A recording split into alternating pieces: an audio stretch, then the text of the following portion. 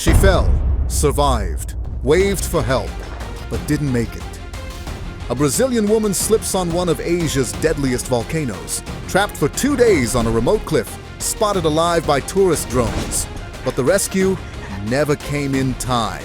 What happened on Mount Rinjani wasn't an accident. It was negligence, abandonment by those who left her behind, and an official silence that followed. This is the case of Juliana Marins. We created a 3D animation showing how the fall that took her life may have happened. But first, if you're not yet subscribed to Brugger Films, make sure to hit that subscribe button. Leave a like and turn on the notification bell. That way, you'll never miss our latest productions. Let's get started. Mount Rinjani is the second highest volcano in Indonesia, known for offering one of the most spectacular mountain trails in Asia. With easy access and low cost, it has become one of the most visited destinations for adventurous tourists. Contrary to what some are saying, at 3,726 meters high, Mount Rinjani ranks as the 38th tallest volcano in the world. The tallest is Ojos del Salado, located between Chile and Argentina, standing at 6,893 meters above sea level. Juliana left Brazil on a flight to Southeast Asia, a journey that took 38 hours.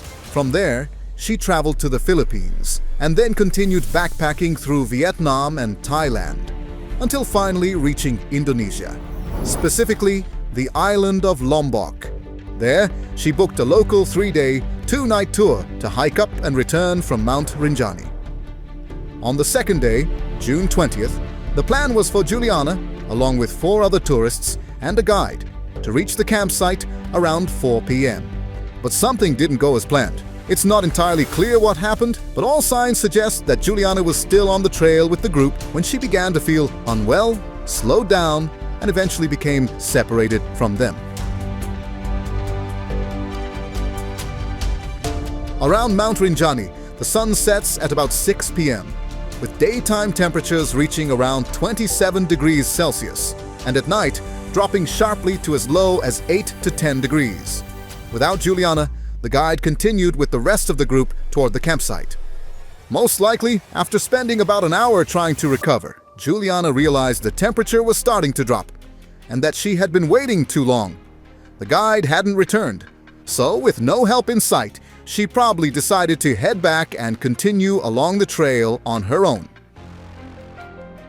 Most likely weak, with low light and slippery terrain, Juliana lost her balance and fell from the trail she was on. A brutal fall.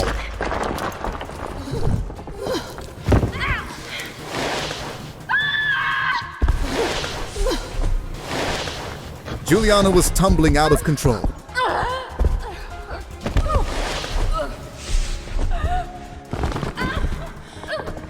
All evidence suggests that Juliana fell about 200 meters and, for a brief moment, became stuck on something along the way. Then she continued to fall another 300 meters through rocks, branches, and unstable terrain.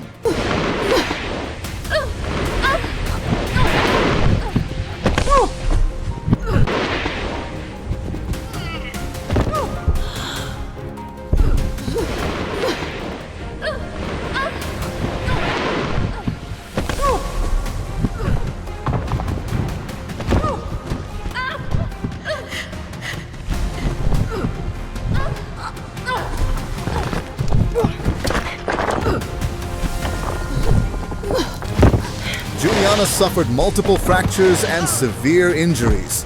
It was a miracle she was still breathing. In our simulation, it's not possible to precisely describe everything that truly happened. Now every minute until rescue arrives is crucial to saving the Brazilian's life. That night, at the campsite, with Juliana still missing, the guide decided to retrace part of the trail to look for her. But he couldn't find her, so he returned to the campsite without calling for any help. The next day, around 10 a.m., tourists and volunteers decided to take action on their own. With the help of drones, they located Juliana, still alive, about 500 meters below the trail. She was injured, weak, but still conscious enough to signal for help. 16 hours had already passed since the moment of her fall. Now let's bring up a very important point. But first, if you're enjoying the video, make sure to like, share, and leave your comment below. The Brazilian forensic report states that Juliana remained alive for approximately 32 hours after the fall, contradicting the Indonesian report, which claims she died just 20 minutes after a head injury.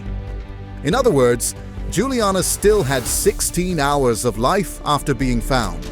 On the afternoon of the 21st, exactly 24 hours after her disappearance, the fog thickens, and the place where Juliana lies becomes even harder to see with the naked eye. She remains there, with no rescue, no food, no water, and no protection against the cold. At this point, Juliana was likely suffering from hypothermia, internal injuries, and severe difficulty breathing. By the morning of June 22nd, 2025, Juliana was likely unconscious or too weak to respond. She had only a few minutes left, and the rescue teams still hadn't reached the place where she had fallen. Well, according to Brazilian forensics, Juliana likely passed away around noon.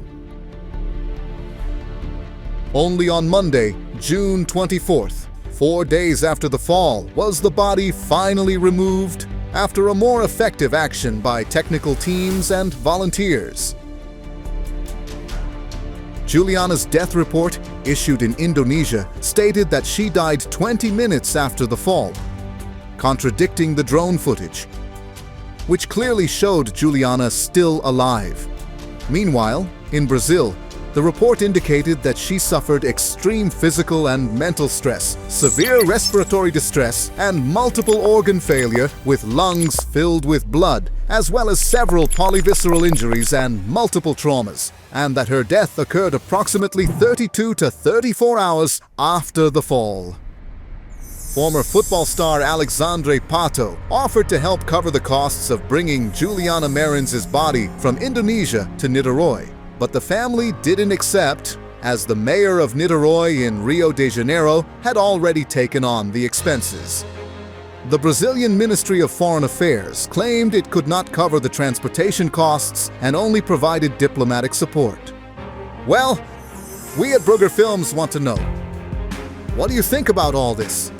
Could this Indonesian autopsy report be an attempt to cover up the authorities' failure to provide timely rescue and assistance? Would you have the courage to face an adventure like this? A dangerous trail with no protection, one that has already claimed 17 lives? Leave a comment. We love replying to everyone. And don't miss our 3D reconstruction of Princess Diana's accident, featuring stunning 3D scenes revealing the real causes behind the crash. And also uncover what truly happened to Ayrton Senna and his Formula One car. So, go ahead and subscribe to Brugger Films, turn on notifications, and don't forget to share it with your friends. Brugger Films, incredible productions made for you. A big hug, and we'll see you in our next production. See you soon!